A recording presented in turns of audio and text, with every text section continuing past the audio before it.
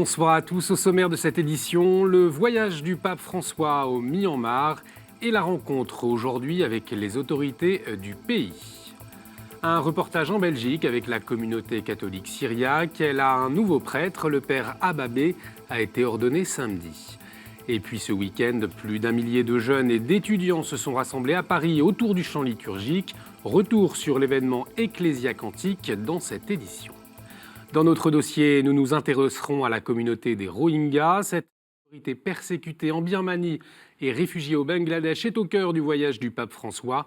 Pour mieux comprendre qui ils sont, quelle est leur réalité, nous recevons Emmanuel Argenson, chargé des partenariats avec la Birmanie pour le Secours catholique Caritas France. On débute ce journal avec le premier temps fort du voyage du pape au Myanmar. Le Saint-Père a prononcé son premier discours aujourd'hui lors de la rencontre officielle avec les autorités du gouvernement, la société civile et le corps diplomatique. S'il a pris soin de ne pas nommer les Rohingyas, le gouvernement birman leur a retiré la nationalité. Pas de doute sur le message du pape François. Il a parlé de la nécessité de garantir le respect de droits de tous ceux qui considèrent la Birmanie comme leur maison. Il a ajouté que l'avenir du pays doit être la paix avec la contribution de chacun de ses habitants.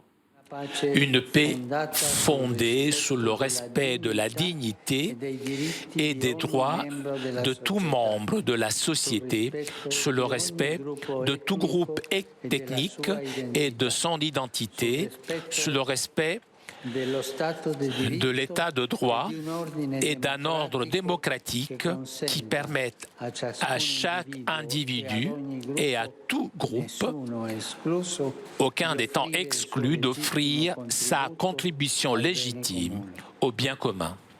C'est Aung San Suu Kyi, la conseillère d'État et ministre des Affaires étrangères, qui s'est adressée la première au pape François.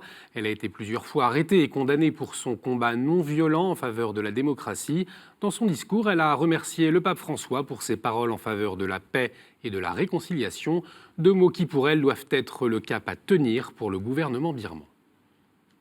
Sainteté, les défis que le Myanmar affronte sont nombreux et demandent force, patience et courage. Notre nation est un riche mosaïque de peuples, de langues et de religions différentes, tissées sur un fond de vastes potentiels naturels.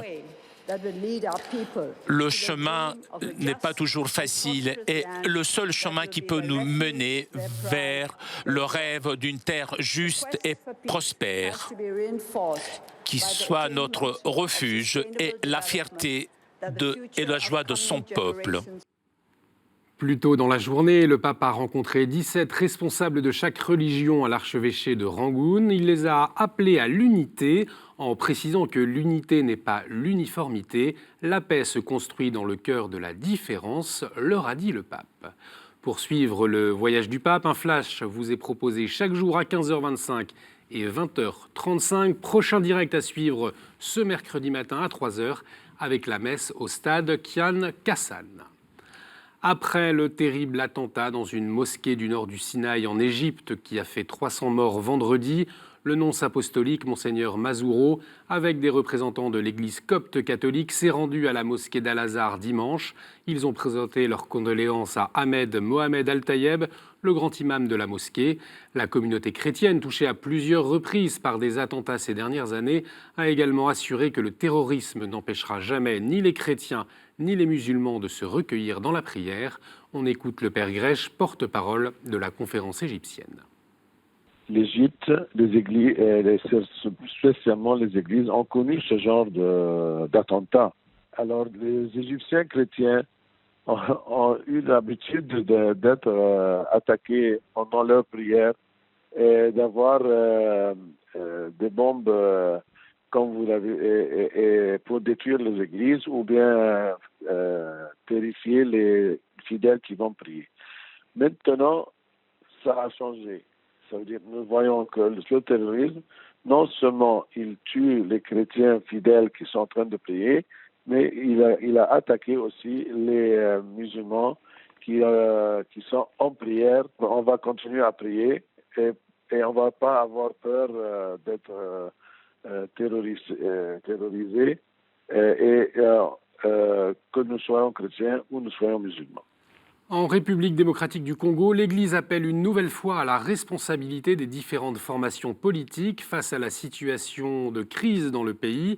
Dans un message intitulé « Allons vite aux élections », les évêques se disent profondément déçus par le contexte de méfiance généralisée.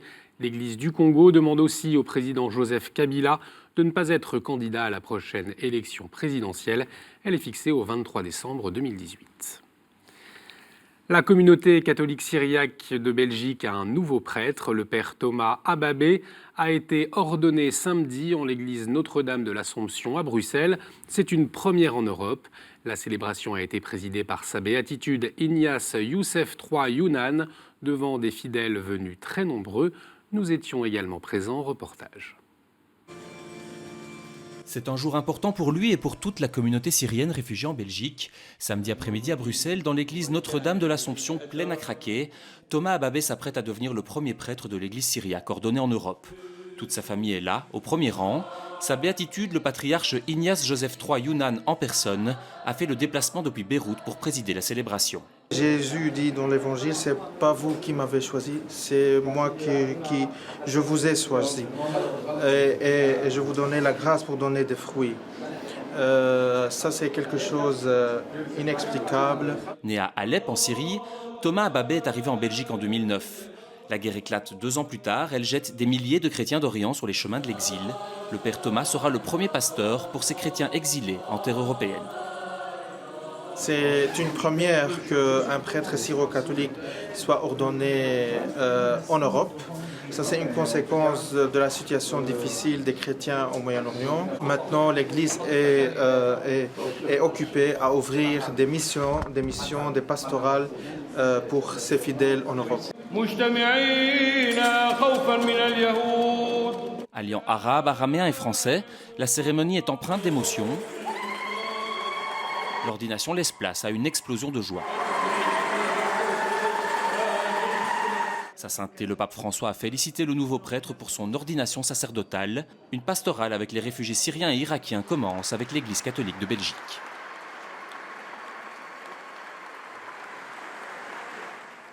En Belgique toujours, la mitre de Saint-Nicolas au cœur des débats. Tout a commencé il y a quelques jours par un concours destiné aux enfants organisé par la mutuelle socialiste Solidaris. La proposition, imprimer ce dessin de Saint-Nicolas que vous voyez à l'écran et le renvoyer colorié. Mais en y regardant de plus près, on s'aperçoit que la croix, traditionnellement présente sur la mitre de Saint-Nicolas, a été enlevée, ce qui a provoqué l'incompréhension, voire la colère de nombreux Belges pour qui la croix est indissociable de Saint-Nicolas, que l'on fête le 6 décembre. La mutualité socialiste s'est justifiée en expliquant que la Saint-Nicolas n'est plus la fête religieuse d'autrefois. Des enfants laïcs ou d'une autre religion peuvent légitimement y participer. Une explication qui n'a pas convaincu l'Église belge. On écoute son porte-parole.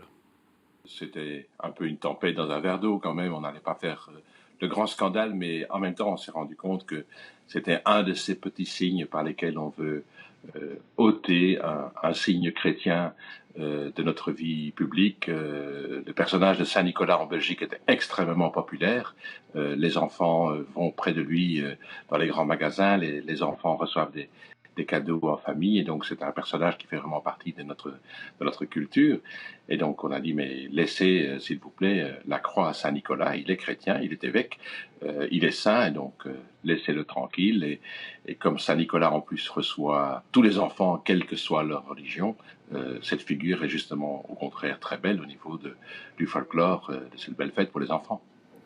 Puis en Bretagne, à Plouermel, les juristes de la mairie sont en lien avec ceux de l'évêché de Vannes.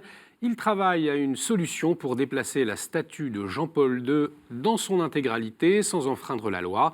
C'est ce que nous a confié le maire de la ville, M. Le Diffon.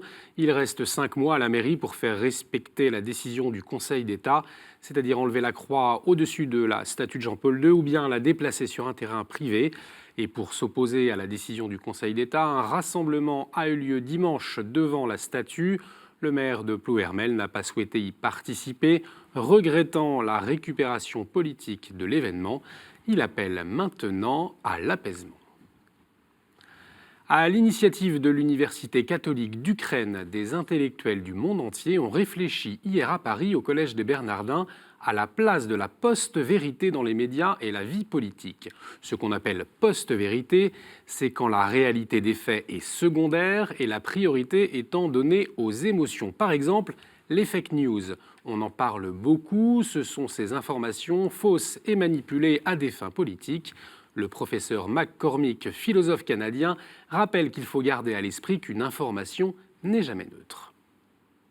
Manipule justement l'information tout en sachant qu'aujourd'hui, c'est une ère de l'information. L'information, c'est partout. Donc, il faut saisir cette occasion que tout le monde est branché pour manipuler les réalités de telle façon qu'on puisse s'assurer la persistance dans le pouvoir, dans la force. Ça ne vient pas simplement de la Russie ou, par exemple, de l'Angleterre ou des États-Unis, mais aussi ici en France, on le sait très bien. Chaque média a ses propres tentations.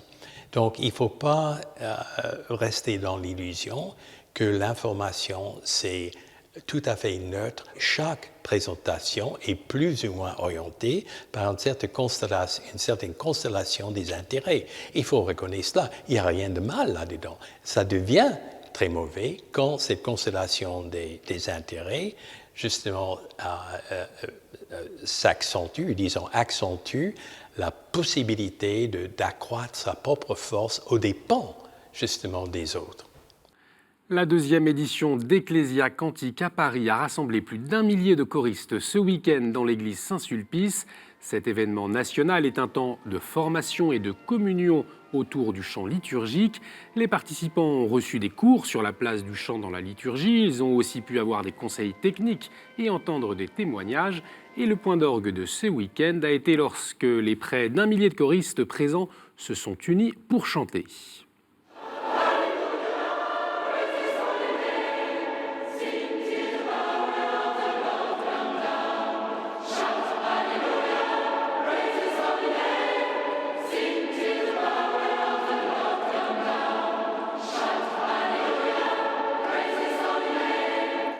Ecclesia Cantique est aussi une réponse à l'appel du pape François pour renouveler le chant liturgique avec une formation musicale adaptée pour qu'il soit vecteur de l'action missionnaire.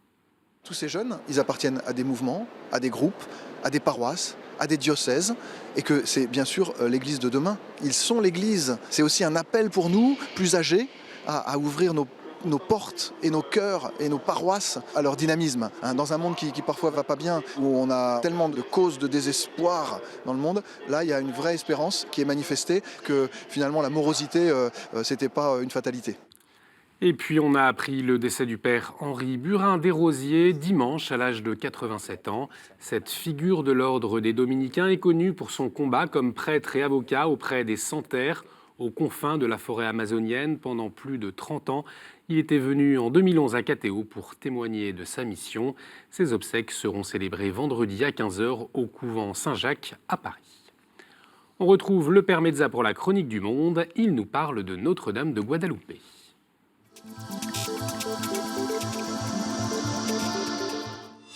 La Sainte Mère de Dieu s'est apparue à l'indigène Juan Diego entre le 9 et le 12 décembre 1531. À cette époque-là, le Mexique traversait par une période de crise sociale très aiguë. Quand les Espagnols sont arrivés au Nouveau Monde, Mexico était la capitale de l'Empire aztèque. La guerre pour conquérir les nouveaux territoires a duré 2 années. Les longs mois de bataille ont provoqué la destruction de la plupart du patrimoine culturel et artistique des Aztèques. Après la conquête des territoires aztèques, les premiers franciscains sont arrivés à Mexico. Et l'indigène Juan Diego a été un des premiers à être évangélisé. Le 9 décembre 1531, quand Juan Diego marchait vers le centre de la capitale pour prendre son cours de doctrine catholique, une dame lui est apparue. Elle se présentait comme la parfaite et toujours Vierge Marie, mère du vrai Dieu. Elle lui a demandé d'aller chercher l'évêque pour lui communiquer son souhait. Elle voulait une église pour y offrir son amour et sa protection au peuple. Mais, comme vous imaginez, l'évêque n'a pas cru ce que Juan Diego lui a dit. Il est allé 2 fois chez l'évêque, mais il n'a pas cru. La deuxième fois, le prélat lui a demandé un signe. Alors la dame lui a promis de lui donner le signe le lendemain. Mais Juan Diego n'est pas revenu, car lorsqu'il est rentré chez lui, il a trouvé son oncle Bernardino très malade. Alors mardi matin, Juan Diego est allé à chercher un prêtre pour son oncle. Mais il a décidé de ne pas passer pour l'endroit où la Vierge s'était apparue. Il se disait que s'il s'est arrêté, il n'arriverait pas à temps pour qu'un prêtre puisse réconforter son oncle. Mais la Sainte Vierge lui a coupé la route. Encore une fois, elle l'a réconforté. Elle lui a dit « Écoute bien, mon enfant, le plus petit, que rien ne t'effraie ni t'afflige, que ton cœur ne soit pas troublé. » Comme l'évêque voulait un signe, la dame lui a demandé à Juan Diego d'aller prendre des fleurs dans la colline. Il devait les apporter à l'évêque dans son cap, la tilme. Après, Juan Diego est arrivé chez l'évêque et lorsqu'il déployait son vêtement, le portrait de Notre-Dame de Guadeloupe s'est imprimé sur la tilme. C'est cette même image qu'on vénère chaque 12 décembre à Mexico. Merci Père. Tout de suite, c'est notre dossier.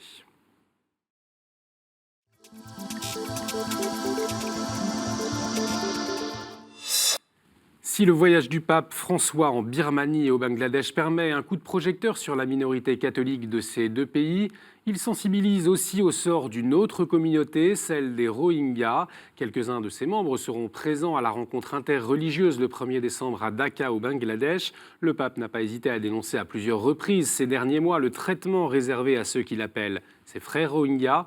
Pour mieux comprendre qui ils sont, leur réalité, nous accueillons Emmanuelle Argenson. Bonsoir. Bonsoir. Alors, vous êtes chargée des partenariats avec la Birmanie pour le Secours catholique Caritas France. Alors, une première question. Avant son voyage, le pape François a reçu au Vatican l'archevêque de Rangoon en Birmanie, qui lui a fait cette recommandation, ne pas utiliser le mot Rohingyas, mais parler de musulmans de l'État Rakhine. C'est ce que le pape François a fait d'ailleurs ce matin dans son discours. Alors pourquoi le mot Rohingyas fâche en Birmanie ?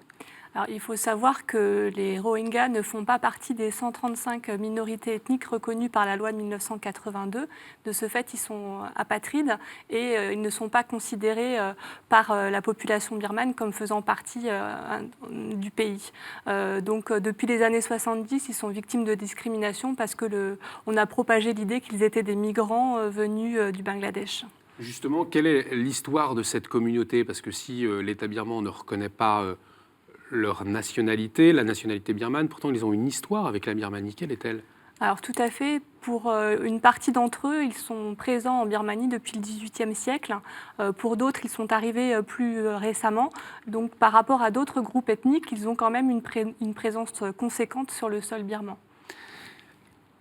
Pourquoi aujourd'hui ils sont persécutés en Birmanie et pourquoi ils ont été obligés de fuir vers le Bangladesh ? Ce n'est pas un phénomène nouveau, les persécutions des Rohingyas. Ça a commencé déjà dans les années 70. Et puis en 1982, il y a eu une loi sur la nationalité birmane qui les exclut de fait de cette citoyenneté nationalité birmane. Et depuis, ils sont constamment persécutés par la junte qui était au pouvoir jusqu'en 2010.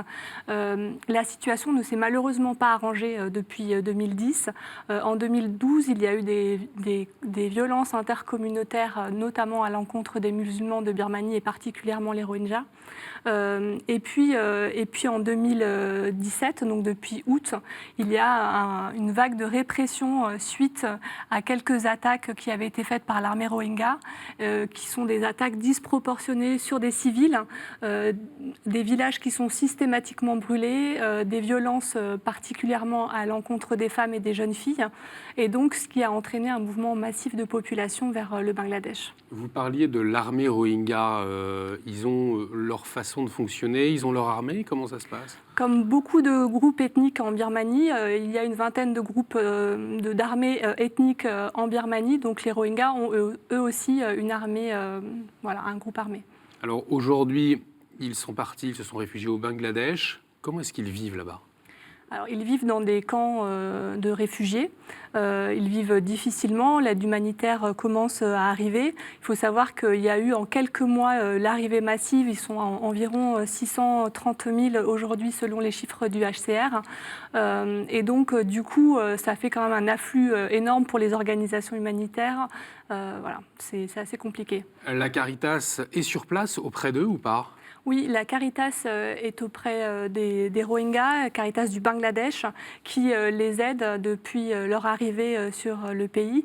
Et le Secours catholique finance en partie les actions de la Caritas du Bangladesh avec d'autres membres du réseau Caritas. Ils ont besoin de quoi aujourd'hui concrètement ? C'est essentiellement de l'aide alimentaire, des abris temporaires, de l'accès à la santé, à l'hygiène. Donc c'est vraiment essentiellement des besoins de base qui sont couverts par les associations humanitaires aujourd'hui. Alors, Aung San Suu Kyi, qu'on a entendu en début de journal, c'est la figure de l'opposition à la dictature militaire de la Birmanie, a mis en doute, c'était en septembre dernier, les persécutions subies par les Rohingyas et dénoncé un iceberg de désinformation en accusant la communauté internationale et les médias étrangers d'avoir un parti pris pro-Rohingya. Comment est-ce qu'on peut comprendre ces paroles-là de Aung San Suu Kyi ? Alors, je ne cherche pas à justifier ces paroles, mais il faut comprendre qu'en Birmanie, à l'heure actuelle, il y a deux gouvernements parallèles. Il y a le gouvernement d'Aung San Suu Kyi qui a été élu démocratiquement, et il y a le gouvernement des militaires, puisqu'ils ont conservé à l'heure actuelle un poste de vice-président et 3 des ministères clés, notamment clés dans des problèmes comme celui des Rohingyas, à savoir le ministère de l'Armée, le ministère de l'Intérieur et le ministère des Frontières. Par ailleurs, ils ont encore un tiers des sièges au Parlement, ce qui empêche toute réforme parce que de facto, ils peuvent apposer leur veto sur toute proposition du gouvernement d'Aung San Suu Kyi. Donc elle a les mains liées pour beaucoup d'affaires et notamment pour tout ce qui est construction de la paix. Elle n'a pas vraiment de liberté de parole, au fond, c'est cela. Est-ce que des solutions politiques sont envisageables pour les Rohingyas ? Alors, il y a eu un accord qui a été signé dernièrement entre le Bangladesh et la Birmanie au sujet du retour, du rapatriement des réfugiés du Bangladesh. Qu'est-ce qu'il dit, cet accord ? Donc, il propose le rapatriement des personnes. Après, il y a une question pour les Rohingyas de prouver qu'ils ont bien habité la Birmanie. Donc ça va être un sujet assez complexe parce que comme ils sont partis dans la précipitation, qu'il y a eu des villages brûlés, cette partie de prouver le fait qu'ils aient habité en Birmanie va être très très compliqué. Mais ce que je voulais dire, c'est que le retour des Rohingyas semble compliqué tant que la politique d'apartheid qui avait été mise en place par le gouvernement birman n'est pas dissoute, parce que sinon, en fait, leur retour ne servirait, les mettrait encore en danger d'un potentiel retour des violences et de vivre dans des situations où pour le moment ils n'ont pas de liberté de circulation, pas d'accès à l'éducation, pas d'accès à la santé.